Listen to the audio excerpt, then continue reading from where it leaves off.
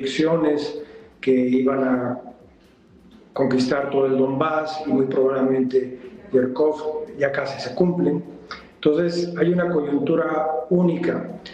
Además debemos recordar que en las últimas semanas Rusia había estado atacando con drones a Kiev y otras ciudades importantes. Ya no nada más era esta contienda militar en las fronteras o la lucha por expandir el territorio, sino que ya representa también una amenaza a la población civil en ciudades importantes o relevantes. También se atacó la infraestructura de energía eléctrica y de agua potable, lo que afectó bastante a la población y que puede afectar todavía mucho más. Esta advertencia que hace Zelensky es muy real, sería en términos militares, tanto para los soldados que han muerto más de 1 millón y que cuesta ya trabajo conseguir fuerzas nuevas, como para la población civil, ponerlos en una verdadera situación crítica, como no se ha vivido en estos casi 4 años. Por otra parte, un Donald Trump que quiere ver todavía una solución y que el dinero invertido por parte de los Estados Unidos se recupere de alguna manera con las tierras raras, con estos acuerdos de transferencia o de la transportación de petróleo y gas natural a través del territorio, etcétera, pero que seguir apostando a que esta negociación y las condiciones estén ahí en algunos meses, pues es una apuesta muy complicada. Yo creo que va a empezar una negociación ya muy seria y van a acabar teniendo que ceder el territorio ocupado y allanar la gran mayoría de estas 28 cláusulas de este convenio. Vamos a esperar porque esto también lleva unos meses, no sería algo que fuese inmediato, pero creo que las condiciones ya están dadas y el ultimátum es claro. Lo que está haciendo Zelensky, preparar a su pueblo sobre las decisiones que debe o puede tomar en las próximas semanas. Bueno, pues un Zelensky que tiene que tomar una decisión clave en las próximas semanas. Siguen llegando mensajes por parte de los líderes europeos. Está hablando en estos momentos Giorgia Meloni, que advierte, pide una paz justa y duradera en Ucrania. Precisamente, si os parece, vamos a ahondar en esto, en este plan de paz de 28 puntos por parte de Donald Trump y, bueno, pues un poco los pormenores de este plan, porque muchos se están acordando de los acuerdos de Minsk, de los acuerdos de Estambul, y hoy escuchábamos a Dmitry Peskov que venía a decir algo así como que para Ucrania cuanto más tiempo pase va a ser peor, ¿no? Estos acuerdos al final también están dando cuenta de ello. José, te quiero preguntar por esto. ¿Cómo ves este plan de 28 puntos y las diferencias que hay con los anteriores? Claro, Rusia avanza y la situación pues, cada vez es más difícil para Ucrania. Pues bueno, lo acaba de decir Peskov, Rusia no tiene ninguna prisa. Esto puede durar años. O sea, además, Rusia ha adaptado bastante bien su economía general a la economía de guerra, con lo cual puede permitirse el lujo de esperar varios años sin gran perjuicio en principio. Por otro lado, las cláusulas económicas, que tienen un sello claramente trumpiano, lo que buscan es intentar alejar a Rusia del eje de los BRICS. Es decir, intenta integrar a Rusia en el sistema bancario, en el sistema de los grandes negocios americanos. Repito, todo esto, algún día lo sabremos, pero yo creo que en Alaska Putin le ofreció un bonito anzuelo lleno de jugosas presas a Trump y Trump lo ha mordido hasta el fondo. Entonces ya veremos en qué acaba todo esto, pero una de las cosas que pueden suceder es que el gas y el petróleo ruso nos vengan a través de empresas americanas. Las cláusulas que hay para utilizar los fondos soberanos rusos en Europa están concebidas para dar dinero a Estados Unidos. Es decir, a cambio de la paz, Estados Unidos llevaría buena parte de esos fondos por diversos conceptos. Algunos en colaboración con Rusia, algunos en colaboración con la Unión Europea. Y bueno, yo creo que Trump mira mucho más allá de Ucrania. Es decir, Trump sabe que el dólar corre peligro, que las malas relaciones con Rusia implican que la desdolarización avance en todo el mundo y América el objetivo fundamental de Trump es que el dólar sobreviva. Sin el dólar, si el dólar deja de ser una divisa de referencia, Estados Unidos lo pasaría francamente mal. Entonces, bueno, yo creo que hay una serie de no sé cómo explicarlo, de llamadas de seducción a los rusos, cuyas principales víctimas son la Unión Europea y Ucrania. Es decir, y además, si Zelensky, por lo que fuera, estorbase, el NBU, recordemos que la agencia anticorrupción ucraniana está monitorizada directamente por la CIA. Es decir, todo lo que saca la agencia anticorrupción ucraniana sale a través de la CIA. Y lo que hemos visto, estos 100 milloncitos de Energoatom, en los que ya han pillado pues, a un vicepresidente, a un viceprimer ministro, han pillado al exministro de Defensa, a Umerov, han pillado a Germán Galusenko, que era el ministro de Justicia, a Alexander Chernyshev y a Timur Mindich, que era el hombre para todo de Zelensky. Bueno, pues esto es simplemente el aperitivo. O sea, lo que puede salir de ahí, recordemos el informe 23/2021 de la Unión Europea del Tribunal de Cuentas, que ponía los pelos como escarpias acerca de la corrupción en Ucrania antes de la operación militar especial, o el informe de 2023 de Open Government, que eran también tremendos. Imaginemos en 4 años de guerra y sin control financiero alguno, cómo tiene que estar el tema de la corrupción en Ucrania ahora mismo. Entonces, bueno, me imagino que la CIA, a través del NBU, tendrá datos de sobra para ir sacándolos e ir desprestigiando al gobierno ucraniano. O sea, ya lo de los inodoros dorados, pues fue bastante terrible para el pueblo ucraniano de a pie, ¿no? Y creo que lo dije hace una semana, quizá ahora el momento no es de ver cuánto aguanta el ejército ucraniano, sino de ver cuánto aguanta la sociedad ucraniana. Porque se está produciendo una situación muy, muy dura en la vida cotidiana de los ucranianos y el retrato que está saliendo de la élite gobernante es cualquier cosa menos favorecedor. O sea, la gente que va a pasar hambre y frío durante este invierno, si la guerra sigue, no creo que esté muy dispuesta a tolerar que la clase dirigente haga negocios. Recordemos que la corrupción en Ucrania no es un asunto de Zelensky, es endémica. Esto es algo que ha pasado desde la independencia hasta el día de hoy, solo que ahora con la guerra está desbocada.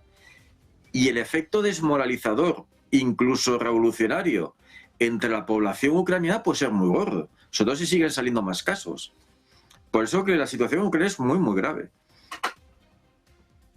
Pues una situación cuanto menos grave, la de Ucrania, la del ejército ucraniano, y en este contexto nosotros vamos con última hora importante. El presidente ruso Vladimir Putin habría convocado con urgencia al Consejo de Seguridad de la Federación Rusa. Según medios rusos, se están esperando importantes noticias desde el Kremlin próximamente. Se habla de una reunión de urgencia del Consejo de Seguridad después de los recientes acontecimientos en Ucrania. Han visto este discurso por parte de Volodymyr Zelensky. Se dice que hoy ha hablado con J.D. Vance, también el presidente ucraniano ha hablado con el canciller alemán Friedrich Merz, con el presidente francés Emmanuel Macron o el primer ministro británico Keir Starmer. Ayer aparecía el presidente ruso Vladimir Putin anunciando precisamente la conquista de Kupiansk. Hablaba también de la toma al 80% de Bochansk. Decía a las tropas ucranianas que tenían la oportunidad de deponer las armas en este momento de tensión, con Estados Unidos aumentando la presión sobre Ucrania, amenazando incluso con cortar el suministro de inteligencia.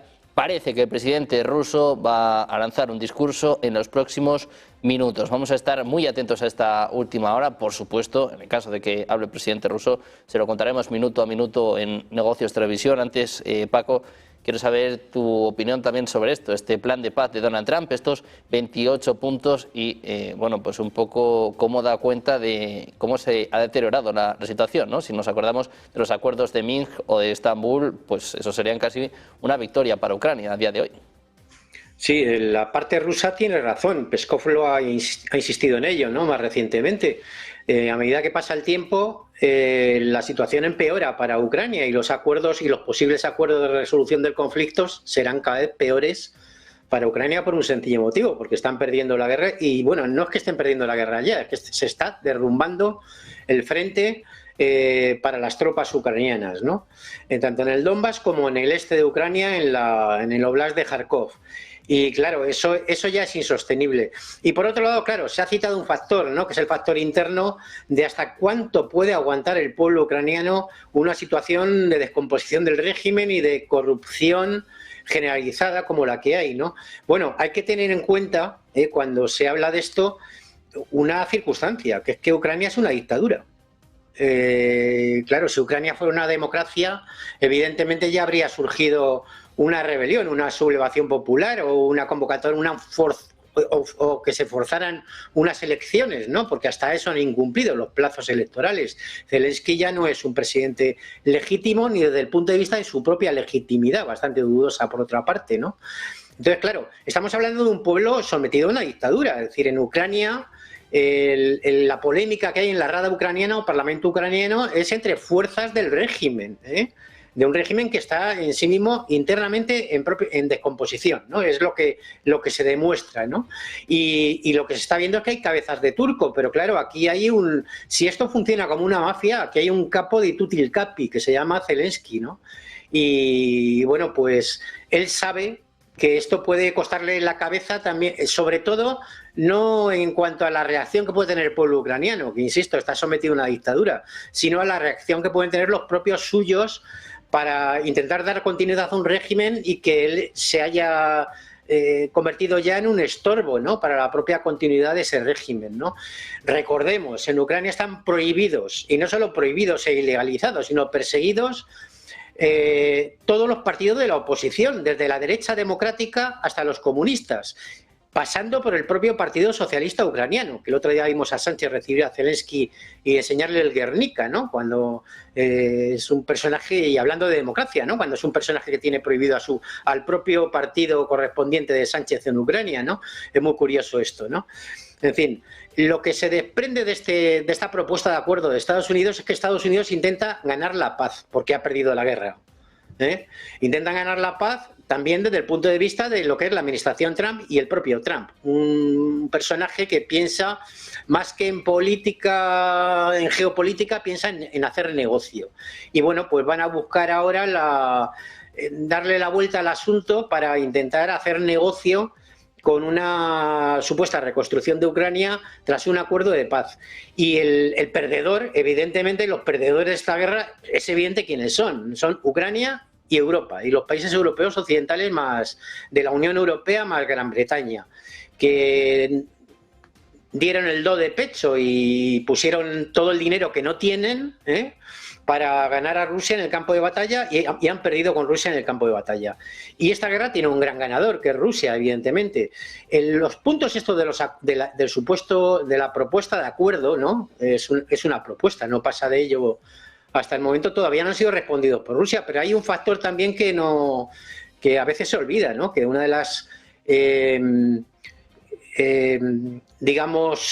principales argumentos de la operación militar especial tras 8 años de guerra por parte de Rusia, cuando decidió intervenir en 2022, era la desnazificación de Ucrania. Es decir, Rusia no va a permitir ningún acuerdo que no implique garantías, estrictas garantías de seguridad para Rusia, para solucionar el problema ucraniano. Es decir, no va a permitir un Estado del tipo que hay ahora. Es decir, controlado por la ultraderecha, eminentemente rusófobo, que se dedica a perseguir a los rusófonos de su propio país, que lleva 10 o 11 años, ¿no?, ya bombardeando territorios, ¿no?, del Donbass, que ellos reclaman como suyos, ¿no?, y los siguen bombardeando, ¿no?, etcétera, etcétera. Y por no hablar también de los ataques que los dirigentes europeos fomentaron sobre el interior de Rusia con misiles de medio y largo alcance en manos ucranianas, ¿no?, y las amenazas con el tema de los misiles Taurus alemanes,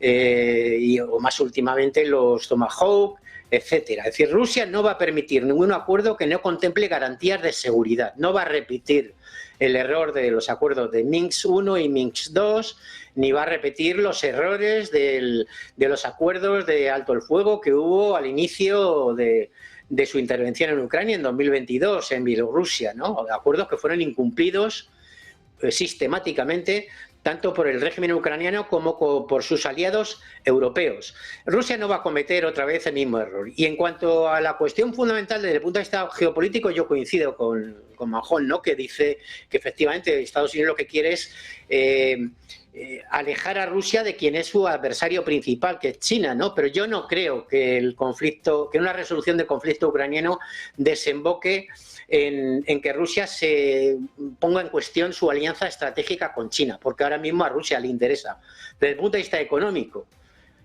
mucho más tener buenas relaciones con China, una alianza estratégica, económica y de todo tipo, incluida la defensa, que tener unas alianzas estratégicas con Occidente, porque ya hemos visto bueno, cómo han salido esas alianzas con Occidente, ¿no?, desde la época de Yeltsin hasta que llegó Putin, ¿no?, que intentó rehacer un poco el caos en el que acabó el país tras entregarse o creer a los dirigentes occidentales, ¿no? Incluso cuando Gorbachev, ¿no?, creyó la promesa esa de que la OTAN no se iba a expandir hacia el este, ¿no? Y al final no ha hecho más que expandirse desde la caída del muro de Berlín y la disolución de la URSS, ¿no? Es decir, han incumplido sistemáticamente todos y cada uno de los acuerdos. Rusia no va a cometer de nuevo el error de permitir que haya un acuerdo de paz o un alto el fuego, una resolución del conflicto que no implique garantías efectivas de seguridad para Rusia. Y eso incluye, por supuesto, que haya zonas desmilitarizadas, que el ejército ucraniano sea reducido drásticamente, que haya un compromiso efectivo de que Ucrania no va a entrar en la OTAN y que si Ucrania vuelve a las andadas o los dirigentes europeos vuelven a las andadas a atacar el interior del territorio ruso, bueno, eso ya lo contemplan los propios estadounidenses en su propuesta de acuerdo. Es curioso.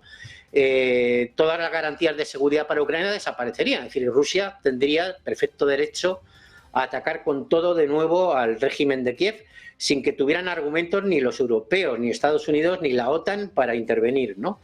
En fin, está así la situación. Y yo creo, claro, lo definitorio de todo esto es que el reloj corre en contra del régimen ucraniano y de los dirigentes europeos, que son el principal sostén de Zelensky y su régimen. Y Rusia no tiene prisa, es decir, porque Rusia no va a parar sus ofensivas militares en el frente ucraniano, es decir, porque sabe que a medida que vaya avanzando en el plano militar va a tener más cartas sobre la mesa a la hora de negociar un acuerdo con Estados Unidos, porque no lo olvidemos, aquí los dos actores principales en este conflicto son Estados Unidos y Rusia, quien lo inició y quien lo va a poner fin. Bueno, pues a la espera de ver qué acuerdan Trump y Putin, qué deciden Rusia y Estados Unidos, de momento Ucrania y Europa intentan frenar este acuerdo. Armando, quiero saber también, bueno, pues qué opinas tú de estos 28 puntos por parte de Donald Trump y sobre todo esta comparación que hacíamos con los acuerdos de Minsk o de Estambul, ¿no?, que dan cuenta de que la situación cada vez está peor para Ucrania. Bueno, aquí hay una parte geoeconómica, que es lo que ha estado gobernando la política exterior del presidente Trump. Recibe una economía casi quebrada, con 38 trillones de dólares de deuda, con 7 trillones, 7.8 para negociar en el 25, con 1 trillón en gasto de intereses, con otro trillón en gasto militar. Y muchas de las acciones que ha tomado el presidente Trump obedecen a este tema. Uno de los temas que hizo que se incrementara la deuda en estas cantidades tan altas, casi 14 trillones con las últimas 8 guerras, y particularmente en esta con Ucrania, aunque quiero resaltar algo que no se discute mucho. El dinero que ha puesto Europa es mucho menor, porque el dinero que ha estado utilizando Europa es precisamente el dinero de los recursos confiscados en los bancos centrales, en los bancos comerciales, a la propia oligarquía, a la infraestructura y activos que tenía Rusia en el extranjero. Y el que estuvo proporcionando armamento, que tiene un valor económico, munición y todos estos servicios de inteligencia a través de los satélites y demás, ha sido verdaderamente los Estados Unidos. Un tema que, como comentamos, por ningún motivo Trump quería seguir financiando esta guerra. Máxime que quiere llegar a acuerdos importantes con Rusia para desacelerar nuevamente este tema del rearmamento nuclear que tristemente se ha venido reactivando. Primero con la retórica y ahora con el desconocimiento de los acuerdos con el SALT-1 y el SALT-2 que se hicieron en las últimas décadas precisamente para ir desactivando esta amenaza nuclear. El tema de Europa pues es claramente de interés también económico y con un objetivo de debilitar a Rusia. Las sanciones económicas que hicieron tuvieron un impacto marginal, ha encontrado nuevos canales y formas para vender el petróleo y el gas natural. Por el contrario, creo que el daño fue peor con la famosa crisis energética que se creó en Europa y que llevó a tener tasas de crecimiento cero a las principales economías, por ejemplo, a Alemania, y al cierre inclusive de sus empresas.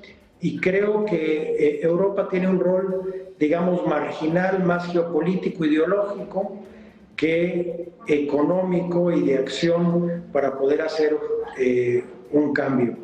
Es evidente que la decisión a través de la intermediación de Trump es la única solución factible para resolver este problema en el corto plazo.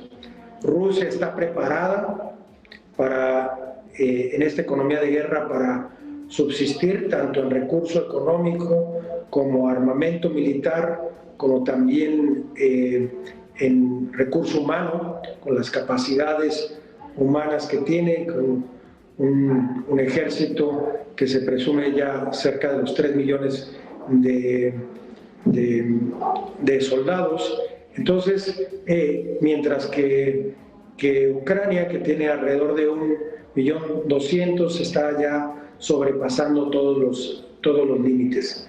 Yo creo que esta es una ventana de oportunidad única para llegar a un acuerdo, para llegar a una solución, para desescalar la tensión entre las potencias nucleares, que es Estados Unidos y Rusia, y para que en este periodo que comienza, que es la entrada del invierno, que por un lado es muy complejo para que las tropas rusas puedan seguir avanzando en ciertas regiones por las condiciones climatológicas y geográficas, pero que con el uso de drones o el ataque a ciudades puede ser, como bien comentó Zelensky, el peor invierno que pudiera sufrir la población en general en Ucrania. Entonces, tengo fe en que se avance en un posible acuerdo y que la decisión de los liderazgos ucranianos vean más por el pueblo ucraniano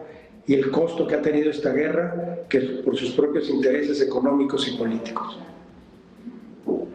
Bueno, pues en este contexto de tensión sobre Ucrania vamos a mirar a palabras por parte de Donald Trump, el presidente de Estados Unidos, hablando en estos momentos de su plan de paz para Ucrania. Dice que no va a levantar las sanciones al petróleo ruso. Habla sobre la fecha límite para solucionar este conflicto. Les decíamos antes que hay informaciones que apuntan al próximo 27 de noviembre. Varios medios que decían que Trump quiere dejar esto solucionado antes de Acción de Gracias, al menos quiere la firma por parte de Volodymyr Zelensky, y está precisamente confirmando estas informaciones. Dice Trump que el próximo jueves es una fecha límite apropiada para un plan para Ucrania. Dice, eso sí, matiza que si las cosas funcionan bien, tiende a extender los plazos. Dice además, en cuanto a la situación